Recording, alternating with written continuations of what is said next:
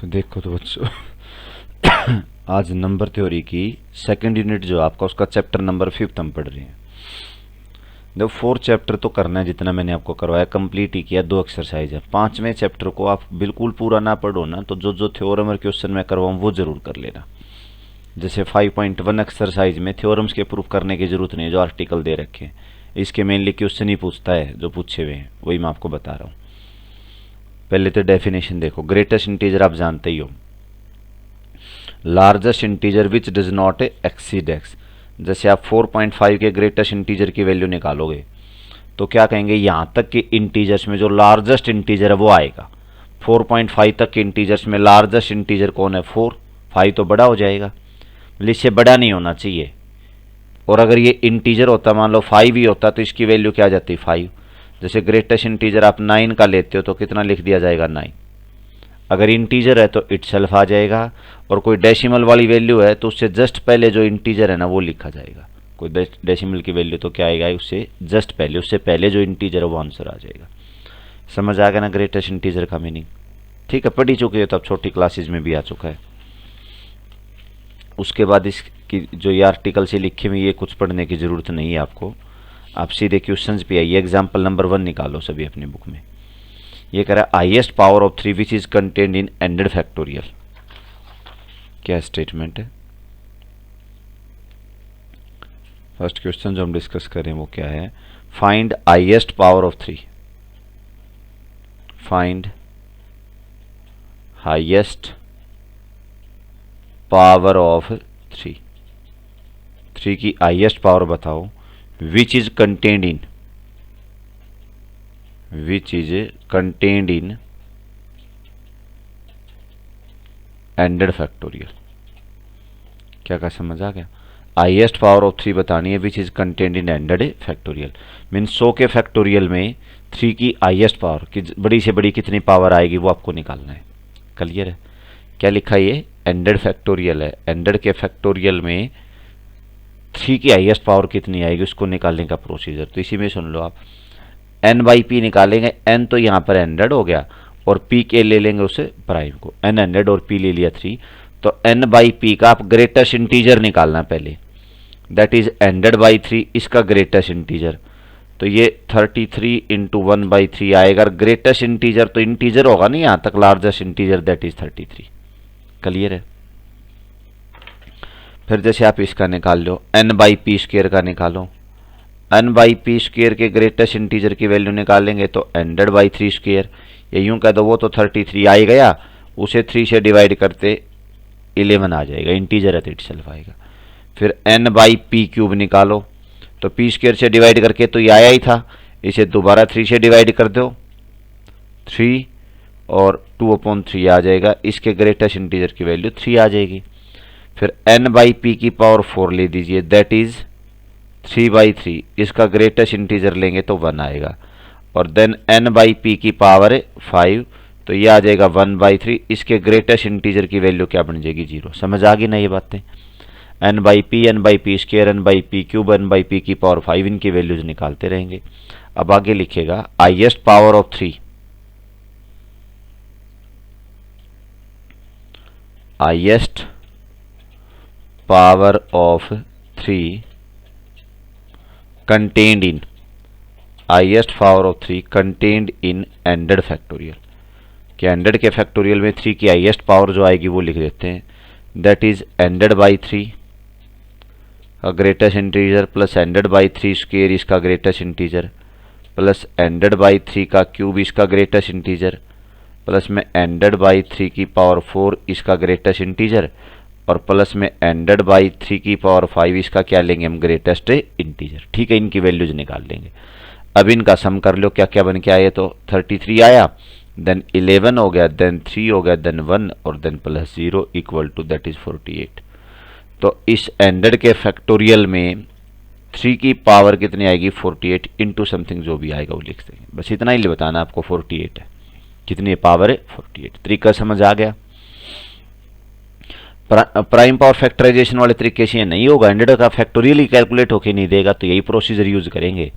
इसमें n तो 100 हो गया, p हो गया 3, तो क्या क्या निकालना आपको, n by P square, n by P cube, up to 100 निकालते रहेंगे, उनका ग्रेटेस्ट इंटीजर और उन सभी का सम कर लोगे तो हाईएस्ट पावर ऑफ 3 आ जाएगी। जैसे 33, 11, 3 + 1 और ये आगे इन सब का सम कर दो तो 3 की पावर 48 इंटू ये आ जाएगी। तो 48 is the highest power of 3 contained in 100 factorial, कि 100 के फैक्टोरियल में हाईएस्ट पावर ऑफ 3 कितनी होगी, 48 होगी। ठीक है, और देख लेते हैं, देखो कुछ क्वेश्चन।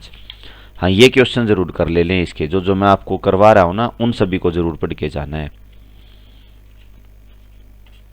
मतलब चौथे चैप्टर में से दे देगा एक क्वेश्चन तो पक्का आना ही है, और एक ये क्वेश्चन इंपॉर्टेंट होता है, इन्हीं एग्जांपल्स में से दे दे तो क्वेश्चन आपका यही कंप्लीट हो गया। अदरवाइज फिर अगली जो 2 एक्सरसाइज उनकी थ्योरम और कुछ इंपॉर्टेंट क्वेश्चन भी करेंगे, वो भी आपको करके जाने पेपर में। Highest power of 7 contained in, power of 7 contained in, highest power of 7 contained in 1000 factorial. क्या कहा, 1000 के फैक्टोरियल में 7 की हाईएस्ट पावर निकालने की कितनी बन के आएगी।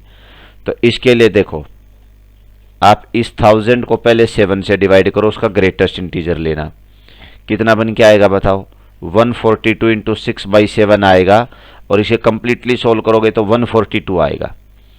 उसके बाद 142 है, इसे 7 से डिवाइड कर देना है, जो भी बन के आया था, तो 142/7 20 इंटू 2/7 आ जाएगा, दैट विल बी 20 हो जाएगा। यही से यूं भी लिख सकते हो 1000/7 का स्क्वायर है ये, किसका ग्रेटेस्ट इंटीजर, 1000/7 का स्क्वायर। फिर अगला आएगा 1000/7 का क्यूब, और 7 स्क्वायर से तो ये 20 आ ही गया, उसे फिर 7 से डिवाइड कर दो तो 2 इंटू 6/7 दैट इज 2 आ जाएगा। ठीक है, आप सिंपली लिख सकते हो, इंटीजर ही तो लिखना है ना।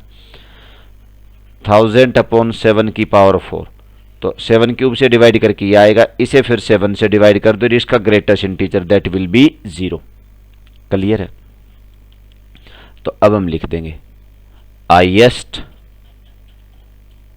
Power of 7, highest power of 7 contained in 1000 factorial will be, इन सब का सम करना है, 142 + 20 प्लस में 2 और प्लस में 0 दैट इज 164। तो इसकी पावर कितनी आएगी, 164 आ जाएगी। कर पाओगे ना इस क्वेश्चन को। ठीक है, नेक्स्ट को देखिए। नेक्स्ट में करा फाइंड हाईएस्ट पावर ऑफ,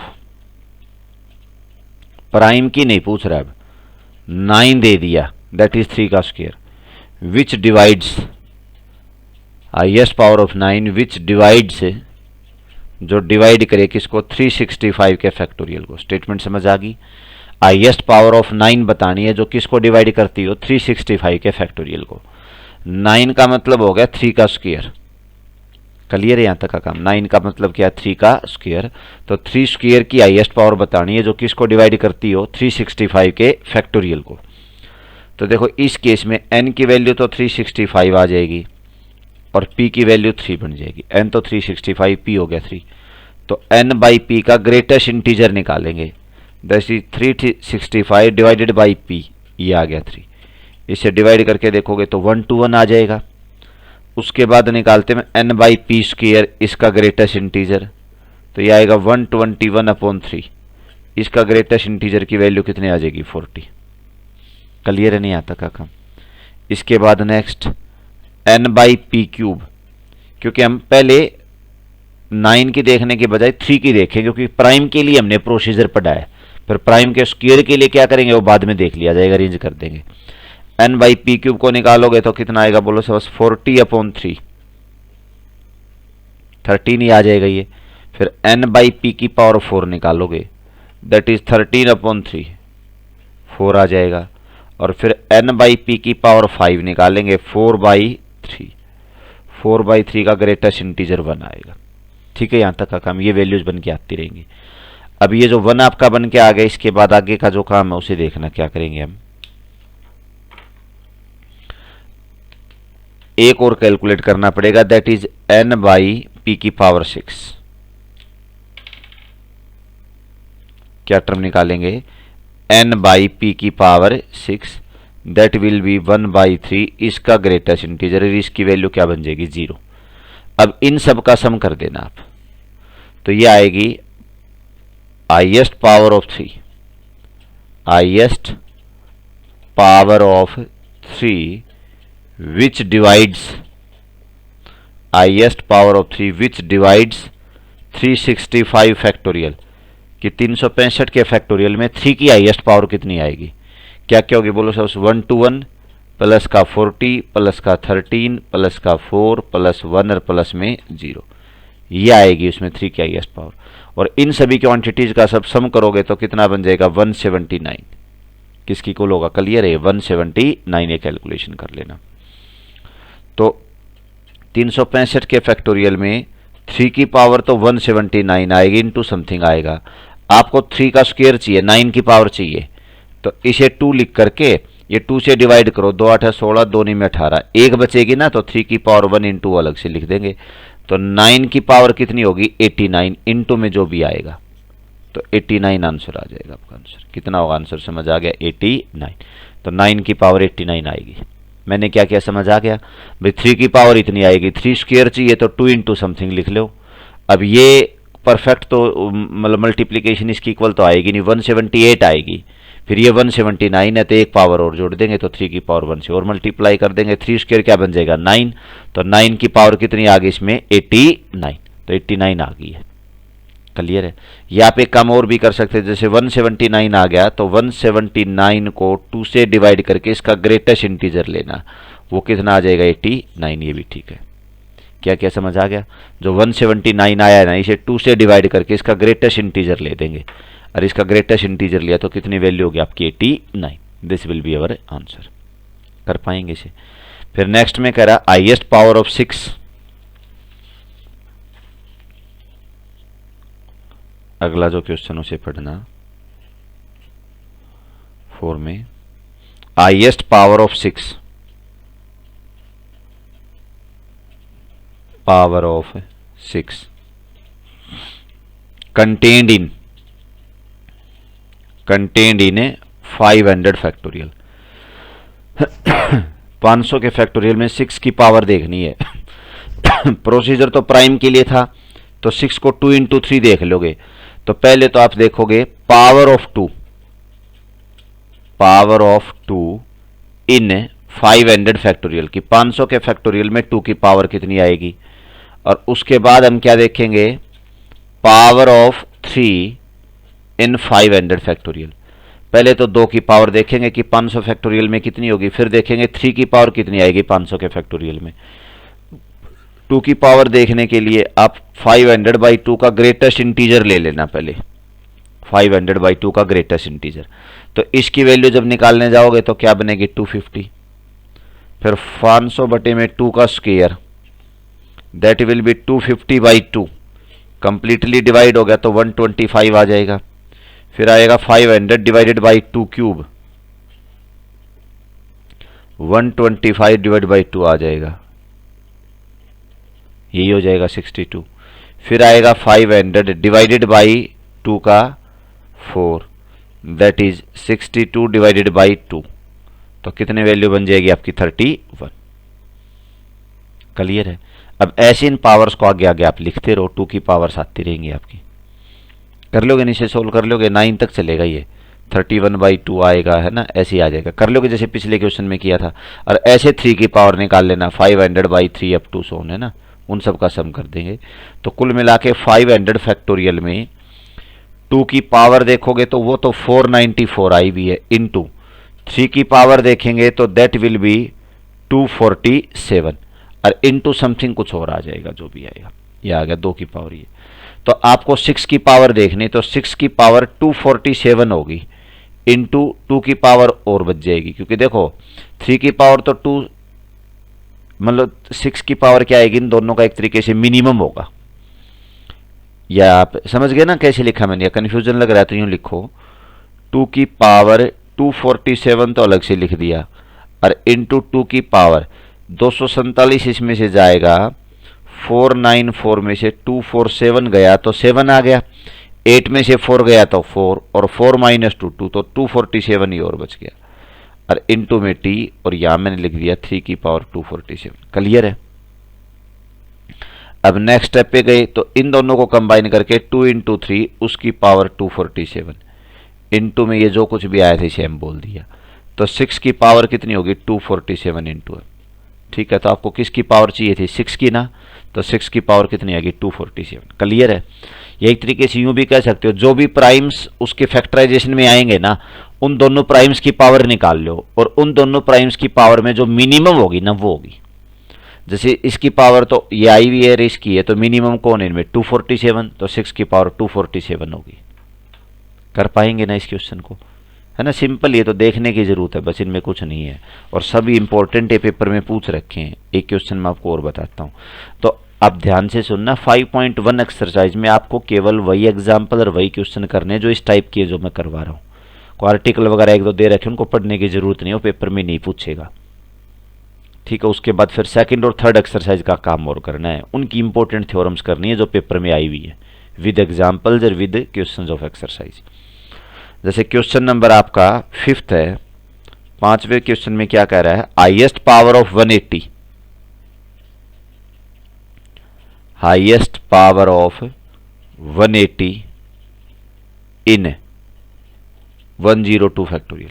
102 के फैक्टोरियल में 180 की पावर बतानी है। तो इसका जब सॉल्यूशन करने जाओगे तो पहले 180 क्या फैक्टर्स बना लेना। 180 के जैसे फैक्टर्स बनाने जाएंगे तो बोलो सबसे क्या बनेंगे, 180 can be written like this, 2 का स्क्वायर इंटू 3 का स्क्वायर इंटू 5 की पावर 1। ये आगे इसकी प्राइम पावर फैक्टराइजेशन। तो पहले तो 2 की कितनी पावर आएगी वो देखेंगे, फिर 2 स्क्वायर 4 को देख लेंगे पहले, फिर 3 की पावर देखेंगे, 5 की पावर देखेंगे, ये अलग अलग निकालने हैं। तो हाईएस्ट पावर ऑफ 2, क्या कहा, highest power of 2 in 102 factorial. 102 के फैक्टोरियल में 2 की हाईएस्ट पावर कितनी होगी वो देखो, 102 डिवाइड बाई 2 का greatest integer plus 102 divided by 2 square का greatest integer plus 102 divided by 2 cube का greatest integer plus up to so on चलता रहेगा। ये 102 अपॉन 2 की पावर 7 तक चलेगा। कर लोगे ना, इसकी कैलकुलेशन कर लेना आप। तो इनको सोल्व करोगे तो ये आएगा 51 प्लस 25 प्लस 0, तो 98 आ जाएगा। ऐसे हम ये निकाल लेते highest power of 3 in 102 factorial. कर लोगे वो भी, ऐसे कैलकुलेशन करनी है। तो 3 की हाईएस्ट पावर देखेंगे तो दैट विल बी 49, और फिर देख लेना हाईएस्ट पावर ऑफ 5। 5 की पावर देखोगे ऐसे प्राइम्स के लिए तो जो करते थे वही प्रोसेस 24 आ जाएगी। ठीक है, अब आपको 2 नहीं क्या चाहिए, 2 का स्क्वायर चाहिए। तो यहां पर मैं एक लाइन लिखता हूं, highest power of 2 square in 102 factorial will B, देखो ये तो आई है 2 की पावर, और 2 के स्क्वायर की निकालोगे तो इसको 2 से डिवाइड करके उसका ग्रेटेस्ट इंटीजर ले लेना। तो 98 बाई 2 का ग्रेटेस्ट इंटीजर होगा, वैसे ही वो डिवाइड हो गया 49 आ जाएगा। ठीक है, और ऐसे ही हाईएस्ट पावर ऑफ किसकी देखनी है, 3 स्क्वायर इन 102 फैक्टोरियल। 3 की तो ये आई भी है और 3 का स्क्वायर करना है, तो 49 को 3 से नहीं 2 से डिवाइड करेंगे जो स्क्वायर कर रहे हो, और इसका ग्रेटेस्ट इंटीजर तो ये 24 आ जाएगा। और highest power of 5 in 102 factorial that is 24। Clear है यहां तक का काम। तो अब 180 की पावर देखनी हो ना, हाईएस्ट लिखूं मैं पूरा, लिख ही देता हूं लो, पावर ऑफ 180 इन 102 फैक्टोरियल, तो वो इन तीनों का मिनिमम होगी। इसकी पावर देख ली, इसकी पावर देख ली, इसकी पावर देख ली। ठीक है ना, तो इसकी हाईएस्ट पावर 49 है, इसकी हाईएस्ट पावर 24 है, इसकी हाईएस्ट पावर 24 है। तो इन तीनों का मिनिमम ले लेंगे, और इन तीनों का जब मिनिमम लोगे तो देखो क्या बन के आएगा, 24 ही आएगा ना मिनिमम। कितना होगा मिनिमम, 24 ही। इनमें कर पाओगे कैसे? ठीक है, तो हो जाएंगे अभी ये क्वेश्चन आपके। ठीक है, करके देख लेना। एक्सरसाइज के मैंने बताया आपको लास्ट के 2-3 पार्ट है ना जिनमें एक्स वगैरह दे रखे, जनरल से प्रूफ दे रहा है, उनकी प्रूफ करने की जरूरत नहीं, आपको केवल इस टाइप के क्वेश्चन करके देखने हैं। पावर ऑफ दिस, प्राइम की पावर दे दे या प्राइम के मल्टीपल्स की पावर पूछ ले ना कि कितनी बन के आएगी। ठीक है, ये 5.1 एक्सरसाइज आपकी होगी कंप्लीट। अब चलते हैं 5.2 एक्सरसाइज में। उससे पहले 3 थ्योरम दे रखी हैं जो पेपर में पूछ रखी हैं, उनके प्रूफ पढ़ते हैं, फिर 5.2 के क्वेश्चंस पे चलेंगे। डेफिनेशन है divisor function, divisor function of N. N कोई भी पॉजिटिव इंटीजर है, उसके लिए डिवाइजर फंक्शन डिफाइन कर रहा है।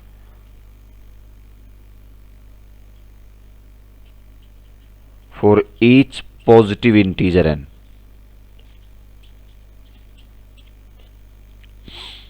We define D N as the number of, देखो डिवाइजर फंक्शन को हमें डी एन या टाउ1, ये दोनों ही नोटेशन यूज करेगा। या टाउ1 लिखा मैंने, डी एन या क्या बोलोगे टाउ, टाउ है ये वाली नोटेशन यूज कर रखी है, ग्रीक नोटेशन है टाउ। डी एन या टाउ1 बोलेंगे। For each positive integer N, D N is defined as number of divisors of N, number of positive divisors of N. किसी पॉजिटिव इंटीजर के लिए आप डीएन निकालने जाओगे तो क्या डिफाइन किया DN, number of positive divisors of N. उस एन के जितने पॉजिटिव डिवाइजर्स होंगे ना उनको काउंट करके बताना है। जैसे फॉर एग्जांपल आप D6 बोलो तो D6 के लिए बोलो सबस क्या कहेंगे, 6 के पॉजिटिव डिवाइजर। 6 के डिवाइजर कौन कौन है, 1 2 3 एंड 6, यही है। तो काउंटिंग कर लो इनकी कितने हैं, 4। तो D6 की वैल्यू 4 है। क्लियर है। जैसे मैं कहता हूं D3 तो number of positive divisors of 3 कौन कौन, एक तो 1 है और एक 3 है, बस 2 ही है। तो D3 की वैल्यू क्या है, 2। तो DN की डेफिनेशन समझ आ गई। इसे ऐसे लिख देगा समेशन फॉर्म में, DN is defined as summation 1 D dividing N.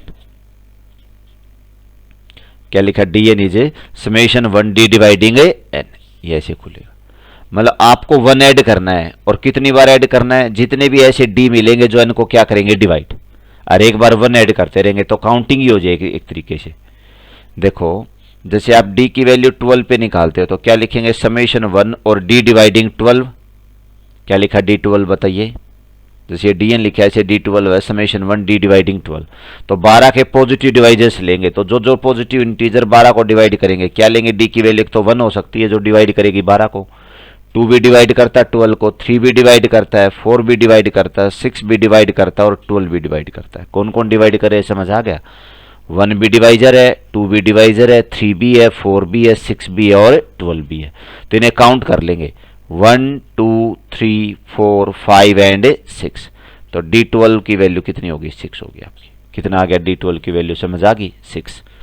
Number of positive divisors of 12 लेने थे तो समेशन 1 D डिवाइडिंग 12, और 12 के पॉजिटिव डिवाइजर कौन कौन है, 1 है, 2 है, 3 है, 4 है, 6 और 12, उनकी काउंटिंग कर देंगे, दैट इज 6। ठीक है ना, समेशन 1 याद रह जाएगा ये फॉर्मूला। DN का फॉर्मूला क्या है, समेशन 1 D डिवाइडिंग n। ये तो हो गया डिवाइजर फंक्शन DN या टाउ1। क्या बोलेंगे इसे, बोलो सबस, डिवाइजर फंक्शन नोटेशन है इसकी DN या टाउ1, और डेफिनेशन क्या है, number of positive divisors of n। अगला आपका सिग्मा फंक्शन या sum function, sigma function of n या सम फंक्शन। सिग्मा फंक्शन बोल दो या सम फंक्शन कह दो, और इसकी जो नोटेशन है वो है ये सिग्मा एन, ये इसकी नोटेशन है। सिग्मा फंक्शन और सम फंक्शन डेफिनेशन के, if N is a positive integer, और ये नोटेशन यूज करेंगे सिग्मा फंक्शन के लिए, सिग्मा ऑफ एन, ये सिग्मा है, sigma N. If N is a positive integer then sigma N is a positive integer, then sigma N is defined as, sigma n is defined as sum of all positive divisors of n, sum of all positive divisors of n। n के जितने भी positive divisors होंगे ना उनके सम को हम सम function या sigma function बोल लेंगे। याद होगी ना डेफिनेशन सभी को, बोलो सबस क्या है, n कोई भी पॉजिटिव इंटीजर है, then sigma n is defined as, कि सिग्मा n को डिफाइन करेंगे sum of all positive divisors of n. Sigma n is defined as sum of all positive divisors of n. जैसे आप sigma की value 6 पे निकालते हो, सिग्मा 6 निकालो, तो 6 के पॉजिटिव डिवाइजर्स कौन कौन थे बोलो? 1 है, 2 है, 3 है और 6 है, यही पॉजिटिव डिवाइजर्स है। इन डिवाइजर्स का सम करना है, दैट इज 1 + 2 + 3 + 6। क्या आ गया बोलो? 6 3 9 और 2 11 और 1 12। तो सिग्मा 6 की वैल्यू 12 होगी। कितनी हुई सिग्मा 6 की value? 12। Sum of positive divisors of 6, ये सिग्मा की वैल्यू आ जाएगी। और इसकी डेफिनेशन ऐसे देंगे, sigma n equal to summation d's का और d डिवाइडिंग n। क्या सिग्मा n बाई डेफिनेशन समझ आया? Sigma n equal to summation d का और d dividing n। Sigma n फॉर्मूले से ये बन के आएगा, याद कर लोगे ना? Sigma n will be defined as summation d's का और d डिवाइडिंग n। n के जितने भी पॉजिटिव डिवाइजर्स होंगे उन सब का सम करेंगे, that is sigma n। Clear है? बोलो। एक टर्म और डिफाइन कर रखी, वो भी मैं बता देता हूं। सिग्मा के एन बता रहा है, वैसे इसका यूज तो करेगा नहीं कोई। ये समेशन डी की पावर के डी डिवाइडिंग एन। देखो सम फंक्शन तो यही है, और ये एक अलग नोटेशन दे दी, सफिक्स में के लगा दिया। तो इसमें देखने तो एन के डिवाइजर्स ही हैं, लेकिन उनका सीधा जोड़ नहीं करेंगे, अरे की पावर के फिर सम करना है। क्या करेंगे? अरे की पावर के और फिर सम करेंगे। ये नॉर्मली यूज नहीं होगा, बस डेफिनेशन याद रख लेना, ये कॉमनली यूज होगा। तो सिग्मा फंक्शन या सम फंक्शन समझ आ गया आपको। फिर नेक्स्ट डेफिनेशन दिए परफेक्ट नंबर, यही लिख देता हूं मैं, perfect number. A number n is said to be perfect. Number n is said to be perfect. किसी नंबर n को हम परफेक्ट बोल लेंगे if sigma n equal to 2 1। ये याद रख लेना, जनरल वर्ड्स में भी बता रखा, पीछे याद रखो। किसी नंबर को परफेक्ट नंबर बोल लेंगे अगर उसका सिग्मा निकालो उसके 2 टाइम्स की इक्वल आता हो, सिग्मा n इक्वल टू 2 1, तो उस नंबर को क्या बोल लेंगे? परफेक्ट। जैसे ऊपर 6 देखो, सिग्मा 6 का निकाला आपने, वो 12 आया ना, और 12 को आप 2 × 6 लिख सकते हो, तो 2 × 6 लिखा जा सकता है। तो 6 कैसा नंबर है? परफेक्ट नंबर है। समझ आ गई बात? 6 कैसा है? परफेक्ट। तो बाई चांस ऐसा ही था जो परफेक्ट है, हर नंबर परफेक्ट हो जरूरी नहीं है। जैसे आप सिग्मा निकालते हो 12 का, तो 12 के पॉजिटिव डिवाइजर्स लो, कौन कौन है बोलो? 1 है, 2 है, 3 भी है, 4 भी है, फिर 6 है और देन 12 है। तो 1 + 2 + 3 + 4 + 6 + 12, इनका सम करो सब। 6 4 10, 10 और 3 13 और 2 15 और 1 16, 16 और 12 28, है ना? तो ये 24 के इक्वल तो नहीं आया ना। अगर परफेक्ट होता तो ये n था, तो 2 1 आना चाहिए था। 2 1 का मतलब 2 × 12 24 आना चाहिए था। तो 12 इज नॉट परफेक्ट, कि जो 12 नंबर है ना वो परफेक्ट है नहीं है। परफेक्ट नंबर की डेफिनेशन समझ आ गई। ये टर्म और ये टर्म तो जो डेफिनेशन पूछ सकता है, इसके ऊपर हमें थ्योरम भी पढ़ने और क्वेश्चन भी करने, इसको अच्छे से याद रखना, या तो तीनों ही करने। वैसे सिग्मा फंक्शन या सम फंक्शन क्या बताओ? कोई भी पॉजिटिव इंटीजर है तो उसके लिए सिग्मा n क्या डिफाइंड है? Sum of all positive divisors of n। क्या बोलो सब? Sigma n sum of all positive divisors of n। n के जो भी पॉजिटिव डिवाइजर्स होंगे ना उनका सम करेंगे। किनका सम करना? उसके जो टाउ n या dn क्या था? Number of positive divisors of n, वो तो काउंटिंग करता था, ये उन डिवाइजर्स का क्या कर देगा? सम करेगा। अब जो पहली थ्योरम है ना, उस थ्योरम को मैं आपको बता रहा हूं, थ्योरम नंबर 1। एक मल्टीप्लिकेटिव फंक्शन की डेफिनेशन आपने पीछे पढ़ी थी। किसी फंक्शन को मल्टीप्लिकेटिव फंक्शन कब बोलते हैं? जब वो कोप्राइम नंबर्स के लिए अलग अलग एक्सप्रेसिबल हो। इससे पहले वाले टॉपिक में पढ़ लिया था। जैसे फाई जो फंक्शन था ना वो मल्टीप्लिकेटिव था। कैसा था? Multiplicative function. ये वैसे जो भी हम पढ़ रहे हैं, जैसे फाई पढ़ा था, बी डी एन पढ़ा, सिग्मा ने पढ़ा, इन्हें अर्थमेटिक फंक्शन भी बोलते हैं। अर्थमेटिक फंक्शन वो होते हैं जो नेचुरल नंबर्स के लिए डिफाइंड हो। किन्हें बोलते हैं? अर्थमेटिक फंक्शन जो नेचुरल नंबर्स के लिए डिफाइंड हो, या यूं कह दो जो पॉजिटिव इंटीजर्स के लिए डिफाइंड हो। एक ही बात है, नेचुरल नंबर्स के डिफाइंड है ये बोलो, या पॉजिटिव इंटीजर्स के लिए डिफाइंड हो। तो फाई फंक्शन है, उसे बोल रहा है कि मल्टीप्लिकेटिव फंक्शन है। देखो फाई मल्टीप्लिकेटिव, इसका क्या मतलब है? फाई एम एन किसके बराबर है? Phi M into phi N की इक्वल है। Phi M into phi N की इक्वल है, वेयर एम एन की जीसीडी क्या है? 1। तो इसे मल्टीप्लिकेटिव बोल रहे थे। मीन्स मल्टीप्लिकेटिव फंक्शन वो होता है जो कोप्राइम नंबर्स के लिए अलग अलग एक्सप्रेसिबल हो। किसे बोलते हैं मल्टीप्लिकेटिव? बोलो सबस, जो कोप्राइम नंबर्स के लिए अलग अलग एक्सप्रेसिबल हो। ये कोई दो कोप्राइम नंबर लिए जिनकी जीसीडी 1 है, तो इनके प्रोडक्ट के ऊपर फाई निकालोगे वो अलग अलग खुल जाए, फाई एम का और फाई एन का, तो फाई को क्या बोल देंगे? मल्टीप्लिकेटिव है। अब थ्योरम नंबर 1 में क्या कहा? If N equal to this, if N equal to, N कोई नंबर लेके चल पड़े, वो नंबर ऐसे लिखा गया P1 की पावर K1, देन P2 की power K2 up to Son PR की पावर KR। एन नंबर लिया, वो P1 की पावर K1, P2 की पावर K2 और PR की power KR, where KI's are greater than equal to 1 and PI's are distinct primes, PI's are distinct prime factors of n, PI's are distinct prime factors of n, ये distinct prime factors हैं n के। then dn equal to, तो आपको ये prove करना कि dn किसके equal होगा? k1 plus 1 into k2 plus 1 up to Son kr plus 1, dn इसके इक्वल आएगा। दूसरी बात ये, इसके लिए सिग्मा n निकालेंगे तो वो P1 की power K1 plus 1 minus 1 divided by P1 minus 1। अगला होगा P2 की power K2 plus 1 minus 1 divided by P2 minus 1, और up to so on last PR की power KR plus 1 minus 1 divided by PR minus 1। ये prove करना है। इन्हें as a result भी याद रख लेना, आगे डायरेक्ट यूज करेंगे हम क्वेश्चंस में। करो याद, एन नंबर है एक से बड़ा है तो उस नंबर के आपने प्राइम पावर फैक्टराइजेशन ले ली। भी प्राइम पावर फैक्टराइजेशन में प्राइम की कुछ पावर्स लेके चलेंगे, तो आपने ले लिया P1 की पावर K1, P2 की पावर K2 और PR की पावर KR, जहां पर PI सारे के सारे क्या चले हुए हैं? डिस्टिंक्ट प्राइम फैक्टर्स हैं इनके। KI's हैं वो तो ग्रेटर देन इक्वल टू 1 है, और जो PI's हैं वो डिस्टिंक्ट प्राइम फैक्टर्स हैं। तो आपको ये प्रूव करना कि जो DN है ना, इसके लिए DN क्या था? Divisor function DN, number of divisors of N. तो वो क्या होगा? जो भी प्राइम्स की पावर चल रही है ना, उन सब में एक एक जोड़ के मल्टीप्लाई करेंगे। K1 plus 1 into K2 plus 1 into KR plus 1। क्या लिखा, समझ आ गया? जो ऊपर पावर्स में है उन सब में एक एक जोड़ के सबको क्या कर देंगे? मल्टीप्लाई। और फिर सिग्मा एन क्या है? Sum of divisors of n. What is sigma n? Sum of divisors of N. तो sum of divisors of n करेंगे तो वो क्या बनेगा? P1 की power K1 plus 1 minus 1 divided by P1 minus 1। फिर नेक्स्ट क्या टर्म आई हुई है? P2 की power K2 plus 1 minus 1 divided by P2 minus 1।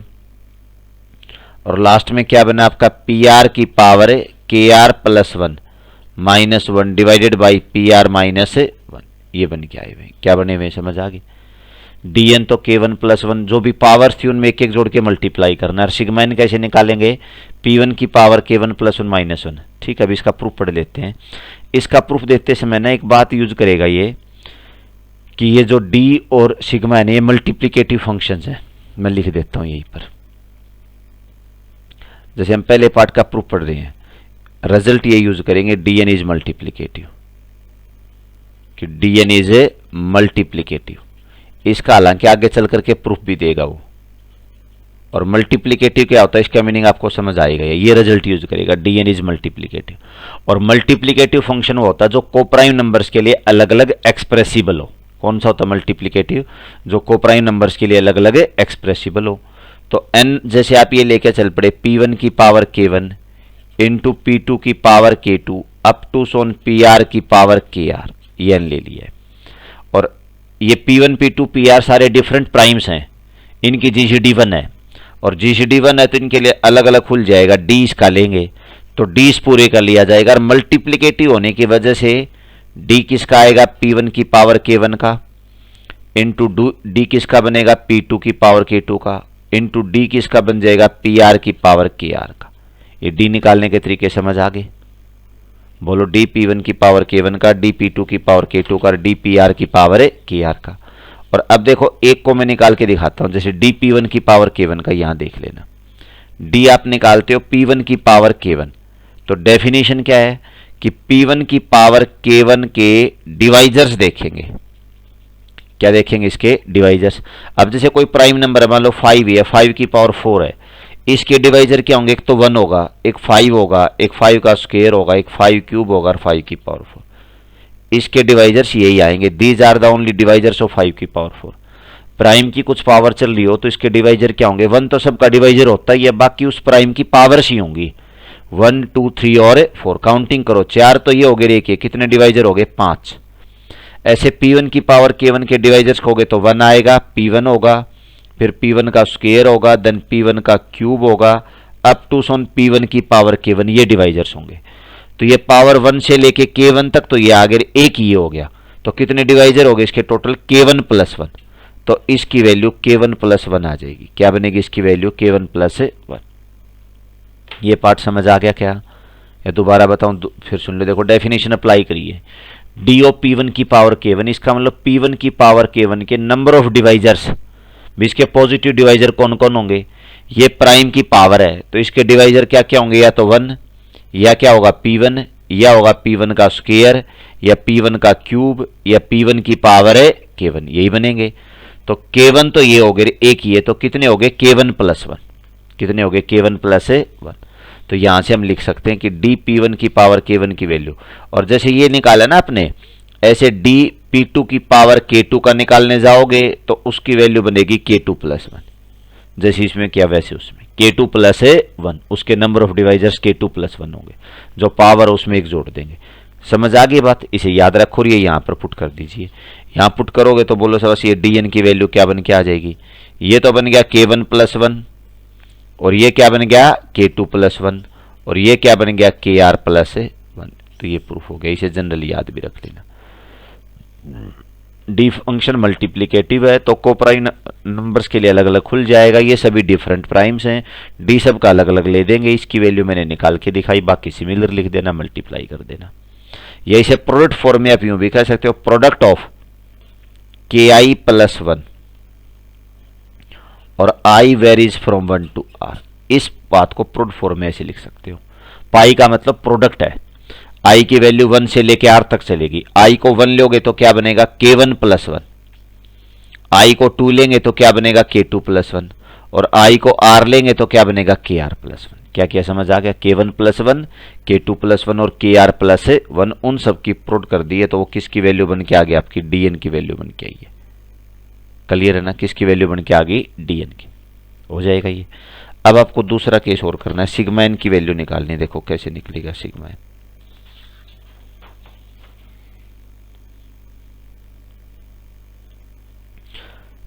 Second part में ये रिजल्ट यूज करेंगे कि सिग्मा एन फंक्शन मल्टीप्लिकेटिव, आगे प्रूफ आ जाएगा इन दोनों का।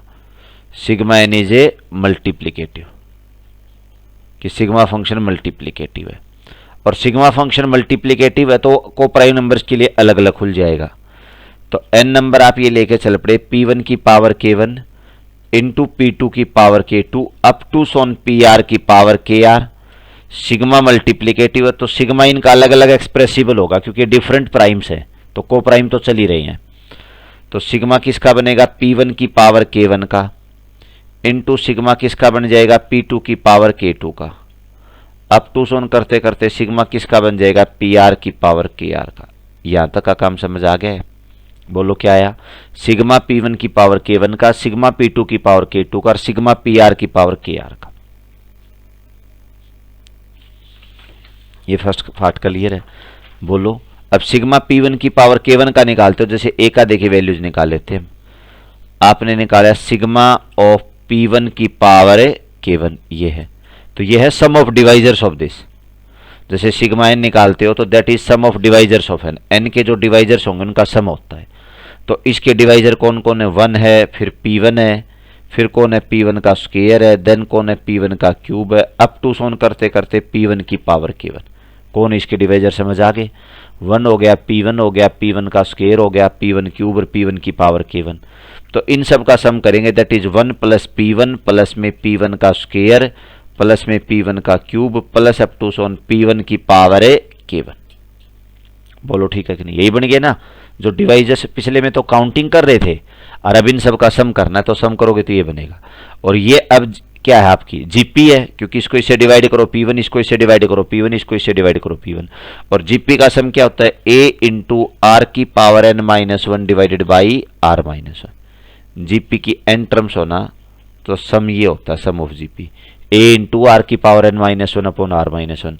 ए की जगह तो फर्स्ट टर्म 1 आ गई, आर की जगह कौन आ गया P1, उसकी पावर n, कितनी टर्म है ये K1, तो ये होगी एक, ये बिना P1 के है तो K1 प्लस वन है, तो P1 की power K1 plus one minus one divided by P1 minus one. इसका सम क्या बने समझ आ गया। ये तो हो गया a की जगह तो 1 इंटू आर की जगह आ गया P1, उसकी पावर K1 प्लस वन, तो r की पावर n होनी थी, P1 की power K1 plus one minus one upon P1 minus one. ये पहला पार्ट समझ आया क्या। तो सिग्मा P1 की पावर K1 का ये बन के आ गया। अब ऐसे ही देखो आप, सिग्मा जब P2 की पावर K2 का निकालोगे तो क्या बनेगा, P2 की power K2 plus one minus one divided by P2 minus one. P2 की power K2 plus one minus one upon P2 minus one, कर लोगे ना। अब ये सभी ले जाकर के आप उसमें पुट कर दो तो बस आपका आंसर आ जाएगा। ये इसमें पुट कर दो। सिग्मा P1 की पावर K1 क्या था देख के बोलो, P1 की power K1 plus one minus one upon P1 minus one. Paper में सारा एक ही साथ करके दिखाना है, तो जगह की कमी की वजह से अलग अलग लिख रहे हैं। Minus one divided by P2 minus one और अप टू सोन PR की पावर है KR plus one minus one divided by PR minus one. ये आ गया आपका सिग्मा n। समझ आ गया क्या सिग्मा n, बताओ बोलो सर क्या सिग्मा n का फॉर्मूला कि n नंबर ये चल रहा है तो सिग्मा n होगा P1 की power K1 plus one minus one upon P1 minus one, P2 की power K2 plus one minus one upon P2 minus one, और PR की power KR plus one minus one divided by PR minus one. और DN का formula, ये DN और sigma n के फॉर्मूले याद रख लेना, हो जाएगा नहीं प्रूफ। सिंपली कैलकुलेशन है, बस इसमें जो मेन काम था वो तो हमने एज ए रिजल्ट यूज कर दिया क्योंकि इसका प्रूफ आगे दे रहा, उसमें इसका प्रूफ एक्चुअल में आप देखोगे ना तो आपकी बुक में थोड़ी सी उन्होंने क्या मिस्टेक कर रखी है। जब भी थ्योरम 1 पढ़ी थी इसके प्रूफ में तो थ्योरम 2 का यूज किया है, और थ्योरम 2 के प्रूफ में थ्योरम 1 का यूज किया है, तो इंडिपेंडेंटली प्रूफ नहीं दे रखे, एक दूसरे का यूज करते हुए दे रखे हैं। तो आपके पेपर में दोनों तो एक साथ पूछनी नहीं, उसे या तो थ्योरम 1 पूछेगा या 2 पूछेगा, तो जैसे उसने कर रखा है वैसे कर देना। वैसे आप MSc वगैरह में जाओगे तो इनके प्रूफ थोड़े डिफरेंट तरीके से भी पढ़ोगे, रिजल्ट तो यही यूज करेगा, लेकिन यहाँ एक का यूज करके दूसरे का प्रूफ दे रहा है।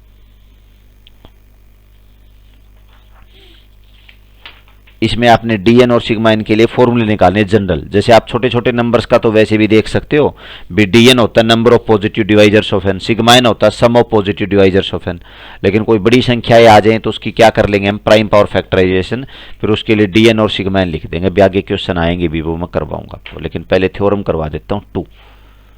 थ्योरम नंबर 2 क्या है ये सुनिए, देखो the function D and sigma are multiplicative.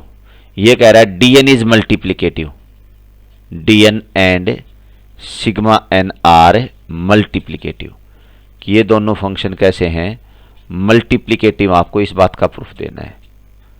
Multiplicative क्या होते हैं वो भी थोड़ी देर पहले मैंने बताया था। मल्टीप्लीकेटिव लिखा हुआ ये दिखाई नहीं दे रहा ना, दोबारा लिख देते हैं। मल्टीप्लीकेटिव, मल्टीप्लीकेटिव फंक्शन वो होते हैं जो कोप्राइम नंबर्स के लिए अलग अलग एक्सप्रेसिबल हो। किन्हें बोलेंगे मल्टीप्लीकेटिव फंक्शन, जो कोप्राइम नंबर्स के लिए अलग अलग खुल जाए।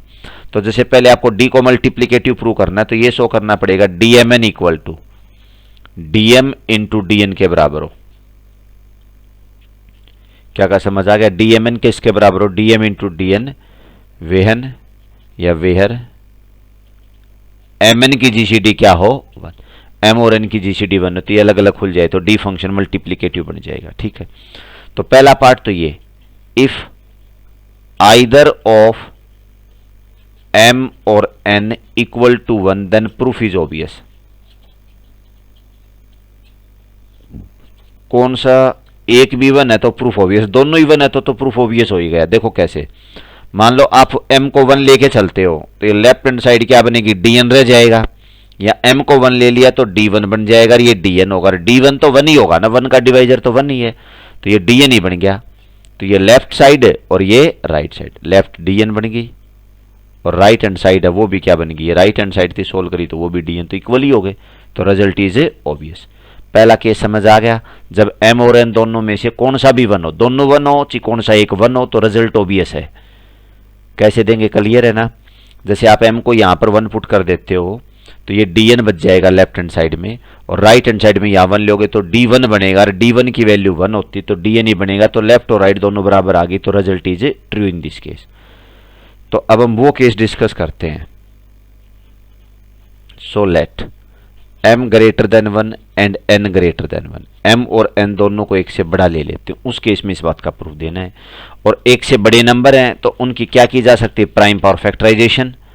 तो लेट मान लीजिए m की प्राइम पावर फैक्टराइजेशन ये p1 की पावर a1, p2 की power a2 up to Son pr की पावर ar, और n की प्राइम पावर फैक्टराइजेशन ये है q1 की पावर b1 और q2 की power b2 up to Son qt की पावर bt। अलग अलग प्राइम्स लेंगे क्योंकि mn की जीसीडी क्या लेके चल रहे हो 1, तो जो प्राइम इसमें आगे वो यहां नहीं आएंगे, डिफरेंट प्राइम्स लेके चलेंगे, क्लियर है। और अब यहां से आप mn को निकाल दो, m इंटू एन को निकालोगे तो बोलो बस m इंटू एन क्या बन के आएगा, इनको मल्टीप्लाई करना है, दैट इज p1 की पावर a1 इंटू p2 की power a2 up to Son pr की पावर ar इंटू Q1 की पावर B1 इंटू Q2 की power B2 up to Son QT की पावर BT। क्लियर है, ये बात यूज कर दी। अब देखो DN की डेफिनेशन मैं आपको दिखाता हूं जो पिछले पार्ट पे प्रूव की थी। n नंबर अगर ये हो तो DN का फॉर्मूला ये है, क्या बताओ, जो प्राइम्स को तो देखना ही नहीं, जो पावर्स है ना उनको देखेंगे, उन पावर्स में एक एक जोड़ के सबको मल्टीप्लाई करना होता है, DN आ जाएगा। तो अब यहां से आपको प्रूव ये करना है कि DMN equal to DM into DN हो, तो इस बात से DMN निकाल लो। DMN बोलो सबस किसके बराबर आएगा, जो प्राइम्स आए हुए हैं ना उनकी पावर्स में एक एक ऐड करके मल्टीप्लाई करना है, अभी जो मैंने दिखाया था उससे, जो पिछली थ्योरम पढ़ी उससे, A1 plus 1 into A2 plus 1 up to so on AR plus 1, उसके बाद क्या बन गया B1 plus 1 into B2 plus 1 up to so on BT plus 1। ये पार्ट क्लियर है, पिछले का यूज कर दिया। और ये यहां तक की जो प्रोडक्ट है ना इसे कहो तो ये D ऑफ M है, क्योंकि D जब इस M का लेने जाओगे तो इसकी रिप्रेजेंटेशन में जो पावर्स आई हुई हो उनमें एक एक जोड़ के मल्टीप्लाई किया हुआ है। और ये जो वैल्यू देखो तो ये बाय डेफिनेशन DN है जो पिछले थ्योरम से, क्योंकि DN की वैल्यू निकालोगे तो जो पावर चल रही है उन सब में एक एक जोड़ के क्या करना था, मल्टीप्लाई। तो प्रूफ इज ऑब्वियस कि DMN equal to DM into DN, ये प्रूफ आपका पूरा हो गया। DMN equal to DM into DN, काटा हुआ नहीं है, ये n है ही। कर लोगे ना फर्स्ट पार्ट का प्रूफ। D फंक्शन को मल्टीप्लिकेटिव कैसे दिखाया, बोलो कि m और n में से कौन सा भी 1 है तो रिजल्ट ऑब्वियस है। तो हम वो केस डिस्कस करने चल पड़े जब m और n दोनों ग्रेटर देन किससे हो, 1 से। तो m और n ग्रेटर देन 1 है तो उसकी प्राइम पावर फैक्टराइजेशन कर लेना, फिर mn को निकाल लेना। DMN का लोगे तो क्या करना है, उनकी रिप्रेजेंटेशन में जो प्राइम्स की पावर्स आई हुई ना उन पावर्स में एक एक ऐड करके मल्टीप्लाई करना है। पहले पहले फैक्टर को देखो तो डेफिनेशन से DM, और दूसरे दूसरे प्रोडक्ट को देखो तो DN है, तो DMN किसके बराबर हो गया, DM इंटू DN के इक्वल आ गया। DMN किसके बराबर हो गया, DM इंटू DN। कर लेंगे ना इसे। अब अगला जो पार्ट था ना इसका वो और मैं बताता हूँ। सिग्मा मल्टीप्लीकेटिव है। सिग्मा फंक्शन कैसा है, multiplicative. Sigma n is a multiplicative. तो इसके लिए आपको जो प्रूफ देना है वो ये है कि सिग्मा mn किसकी इक्वल हो, sigma m into sigma n, जब mn की जीसीडी क्या है 1, ये टू प्रूव करना है। तो फर्स्ट केस ये बनाया, इफ m इक्वल टू 1 और n equal to 1 then result is obvious, तब रिजल्ट आपका ट्रू हो गया। कैसे, जैसे m की वैल्यू 1 लेके चलते हो अगर आप, तो ये left hand side sigma n बनेगी ना, m को 1 लिया तो left hand side sigma n बनेगी। और राइट हैंड साइड को देखो तो राइट हैंड साइड क्या बोलो सब, sigma m into sigma n, m 1 है तो सिग्मा 1 का इंटू सिग्मा n का, sigma 1 sum of divisors of 1, 1 का डिवाइजर 1 ही होगा तो 1 इंटू सिग्मा n ये बन जाएगी। तो जो राइट हैंड साइड आपकी वो क्या बन के आ गई, sigma n, left hand side है वो भी सिग्मा n, तो लेफ्ट और राइट दोनों बराबर आ गई ना, तो result is true in this case. इस केस में रिजल्ट ट्रू हो गया आपका, बोलो ठीक है कि नहीं। अब हम ये लेके चल पड़े, so let m greater than 1 and n greater than 1। आप वो केस मान के चल पड़ो जब m और n दोनों क्या हो, एक से बड़े। m जब ग्रेटर देन 1 है तो m की प्राइम पावर फैक्टराइजेशन कर दो। क्या लिए, p1 की पावर a1, p2 की power a2 up to Son pr की पावर ar। m की प्राइम पावर फैक्टराइजेशन कर दी। n नंबर एक से बड़ा है तो उसकी प्राइम पावर फैक्टराइजेशन q1 की पावर b1, q2 की power b2 up to Son qt की पावर bt। ये उनकी प्राइम पावर फैक्टराइजेशन। और mn की जीसीडी 1 है तो इन प्राइम्स में कोई भी इक्वल नहीं है, pi और qi डिफरेंट प्राइम्स हैं। अब देखो समझ आ गई, नहीं तो उसी की तरह की है पिछले की तरह ही। अब सिग्मा n को निकालने का फॉर्मूला याद करो। जब नंबर की ये रिप्रेजेंटेशन हो तो सिग्मा कैसे निकलेगा, p1 की पावर k1 आया हुआ तो p1 की पावर एक ज्यादा k1 plus 1 minus 1 upon p1 minus 1।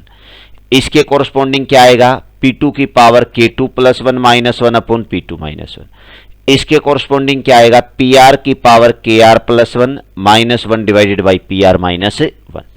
तो अब देखो यहां आप mn की वैल्यू निकाल लो। mn क्या बन के आ गया, p1 की पावर a1 इंटू p2 की power a2 up to Son pr की पावर ar इंटू q1 की पावर b1 इंटू q2 की power b2 up to Son qt की पावर bt। ये बन के आ जाएगा qt की पावर bt। अब आप d निकालते हो mn का, सिग्मा निकालो। d नहीं, किसका प्रूफ दे रहे हम, सिग्मा का ना। सिग्मा mn की वैल्यू निकालो। सिग्मा mn बोलो सबस क्या होगा, जो भी प्राइम्स आए उनके बारे में लिखो। p1 की power a1 plus 1 minus 1 upon p1 minus 1, जो भी मैं आपको याद करवा रहा था। p2 के लिए क्या होगा, p2 की power a2 plus 1 minus 1 divided by p2 minus 1। ये p2 के लिए हो गया। pr के लिए क्या आएगा, pr की power ar plus 1 minus 1 divided by pr minus 1 into q1 के लिए क्या होगा, q1 की power b1 plus 1 minus 1 divided by q1 minus 1। और ऐसे करते करते लास्ट में qt की power bt plus 1 minus 1 divided by qt minus 1। बोलो ठीक है कि नहीं, यहां तक का काम। अब ये जो इतनी टर्म्स जो आई हुई है ना आपकी, ये जो टर्म है इसको बाय डेफिनेशन को तो ये सिग्मा m का बन जाएगा। क्या बनेगा, सिग्मा m का। और ये वाली जो टर्म है इन्हें बाय डेफिनेशन को तो ये n का है, n q1 की पावर चली हुई है तो ये सिग्मा n का आ जाएगा। और इधर क्या चला हुआ था, सिग्मा ऑफ mn। तो सिग्मा mn आपका इसकी इक्वल हो जाएगा sigma m into sigma n। किसके बराबर आ गया, समझ आ गया, sigma mn, sigma m into sigma n। मैं पिछली थ्योरम का यूज किया जो रिजल्ट, तो सिग्मा फंक्शन भी कैसा हो गया, multiplicative.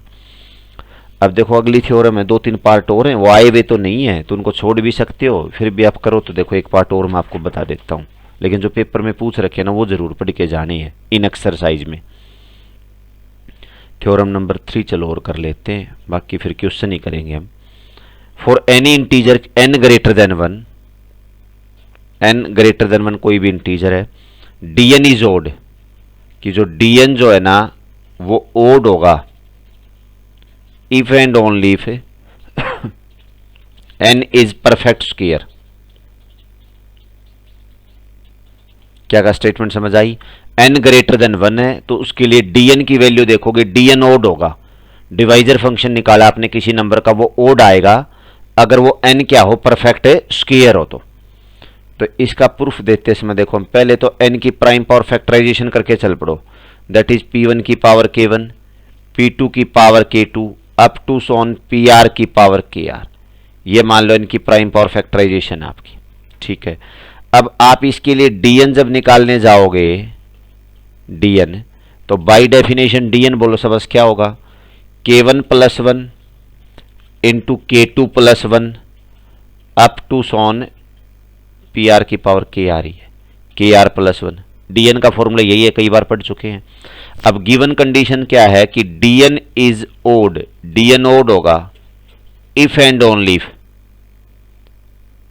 k1 plus 1 into k2 plus 1 up to Son kr plus 1 is odd. With dn left hand side है, ये अगर ओड है तो राइट हैंड साइड भी ओड होनी चाहिए, उनकी प्रोडक्ट है। और कुछ नंबर्स की प्रोडक्ट ओड कब आएगी, जब सभी नंबर ओड हो, क्योंकि एक भी अगर इवन हो गया तो प्रोडक्ट इवन होगी, फिर तो 2 से डिविजिबल हो ही जाएगी। तो ये गुना ओड है तो हम क्या कह देंगे यहां से, each ki plus 1 is odd, अरे ki प्लस 1 ओड है फॉर i कहां से कहां तक है 1 2 3 अप टू सॉन r तक, अरे एक ओड है। और ये संख्या जब ओड है तो इसका मतलब ki इज इवन, भी ki प्लस 1 ओड बनेगा तो ki तो इवन होगा, ओड में से घटा दिया, ये इवन होगा किन के लिए, for i 1 2 3 up to so on r तक। और ये इवन है तो यहां से बोल देंगे कि ki अगर इवन है तो ki किसका मल्टीपल होगा 2 का, ki इवन है तो ki equal to 2m, 2m i बोल दिया फॉर i कहां से कहां तक 1 2 3 अप टू सॉन r तक, k1 2m1 के, यहां से k1 2m1 के, k2 2m2 के, kr 2mr के। तो अब आप n की वैल्यू रख दो, n किसके बराबर है p1 की पावर k1, k1 था ना, k1 की वैल्यू 2m1 आ जाएगी, ठीक है ना, ये लिखते रहो साथ में, इफ एंड ओनली तो चल ही रहा है। और p2 की power k2 that is 2m2 और अप टू सोन pr की पावर 2mr। इस पूरे को लिखेंगे तो p1 की पावर m1 इंटू p2 की पावर m2 इंटू pr की पावर mr, ये तो लिख ही दिया, और पूरे का क्या लिख दिया स्क्वायर, तो ये कोई ना कोई नंबर ही आ गया, तो इस नंबर का क्या होगा स्क्वायर। तो यहां से कह देंगे if and only if n is a perfect square, n जो नंबर है वो क्या बन गया परफेक्ट स्क्वायर बन के आ गया। परफेक्ट स्क्वायर के लिए ही होता था, समझ आया है, प्रूफ दोबारा देख लो। n नंबर आपका एक से बड़ा है वो, तो n नंबर की प्राइम पावर फैक्टराइजेशन कर दो, dn निकालोगे ये बनेगा, गिवन कंडीशन क्या कि dn ओड होगा तब ये कंडीशन प्रूव करनी है, dn बाई डेफिनेशन ये बनेगा, ये ओड है तो राइट हैंड साइड वाली प्रोडक्ट ओड होनी चाहिए, ये प्रोडक्ट ओड तभी होगी जब हर एक फैक्टर ओड हो, और ki प्लस 1 ओड है तो ki क्या बनेगा इवन, इवन है तो 2mi लिख दिया, तो k1 की जगह तो 2m1, k2 की जगह 2m2 यहां पुट कर दो, तो ये सारे 2 के मल्टीपल्स आ गए, तो आपने m1 m2 लिख के बाहर में 2 लिख दिया है, तो ये पूरा का पूरा कोई नंबर बन गया। तो यहां से कह देंगे n is perfect square, n किसी नंबर का स्क्वायर आ गया, तो ये क्या बोला जाएगा n इज परफेक्ट स्क्वायर, कि n जो नंबर है ना वो परफेक्ट स्क्वायर है किसी नंबर का। कर लोगे ना इसका प्रूफ, ठीक है। तो कुल मिला के हमने 5.2 एक्सरसाइज से पहले जितनी थ्योरम करनी थी वो कर ली है, अब एक्सरसाइज के क्वेश्चन और एग्जाम्पल्स और करके देखेंगे, वो क्वेश्चन कर लेना इस चैप्टर के जो पेपर में आ रखे हैं, और वही थ्योरम पढ़ लेना, उन्हीं से भी काम चल जाएगा आपका।